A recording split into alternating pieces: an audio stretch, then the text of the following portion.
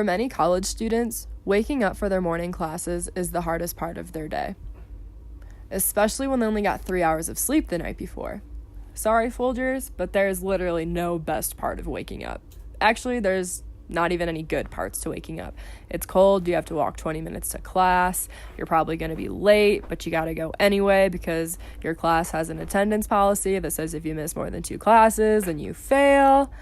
But if you eat a good breakfast, your day can be kind of better. Michael Scott pretty much agrees with that. I enjoy having breakfast in bed. I like waking up to the smell of bacon, sue me. And since I don't have a butler, I have to do it myself.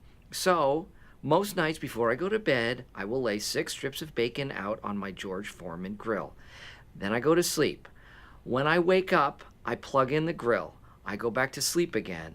Then I wake up to the smell of crackling bacon. It is delicious, it's good for me, it's a perfect way to start the day.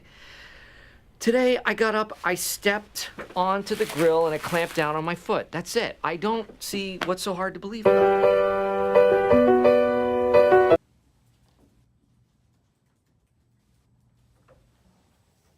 And when you finally make it into the classroom and look at the board and think about the assigned reading you forgot to do, you have a realization.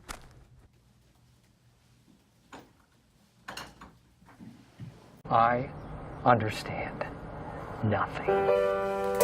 Wait, lactose intolerance is where you can't eat bread, right? But then, after you take a moment to listen to the things your classmates are saying around you, you start to feel a little better. And also wonder how they got into college. But then you remember that Wyoming has a 96% acceptance rate, and you figure out how. No, lactose intolerance is the one where like you can't eat dairy. So like milk, cheese, eggs. And after the guy next to you makes the brilliant statement that eggs are indeed dairy, you have a second realization. I have very little patience for stupidity. Can someone tell me the nutritional barriers that exist among the population of humans that lack the important enzyme lactase, and as well as those that have an inability to prove or respond to a hormone, the hormone insulin, and explain the similarities and differences in hormones and enzymes, and intolerance and allergy, and diabetes type 1 and type 2? Anybody? Well, you look like you know what's up. But then, in the midst of your daydreaming and off-topic thinking, your cold-calling, humiliation-initiating professor decides you are the perfect candidate to answer the question that he asked and nobody answered. And I bet nobody answered because the question is confusing or the answer is complicated, and you got lucky enough to get the professor that makes everyone feel bad about saying something wrong. So here you go, trying to guess your way through an answer you haven't the slightest clue of. Luckily, Michael Scott experiences this kind of thing on the daily, and he's got the perfect method for improvising. Did you give me an answer to my question?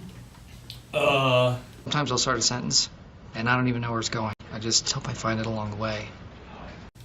I mean, so when I'm faced with questions like this, I like to break it down into terms that I can easily understand.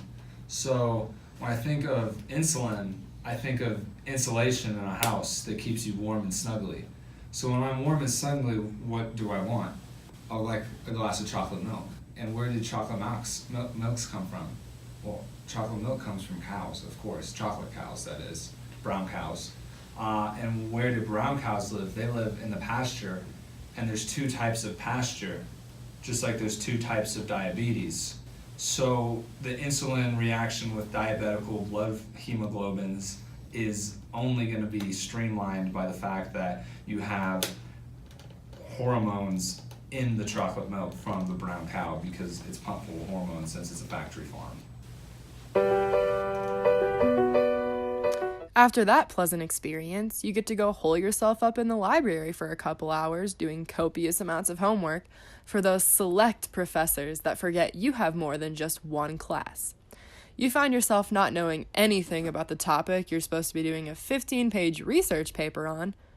So where do you start? Well, Michael Scott has the perfect answer for you. Wikipedia is the best thing ever. Anyone in the world can write anything they want about any subject, so you know you are getting the best possible information. And when you can't take the mood lighting and pasty white walls of the library any longer, you pack up your stuff and make an attempt for the nearest exit as fast as your cramped legs can carry you.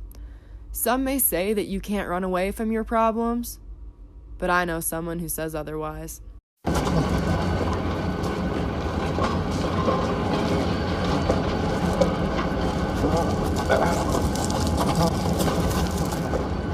What am I doing? I am blowing Dodge. I'm getting out of town. Whatever you call it, I am running away from my responsibilities. Well, it feels good.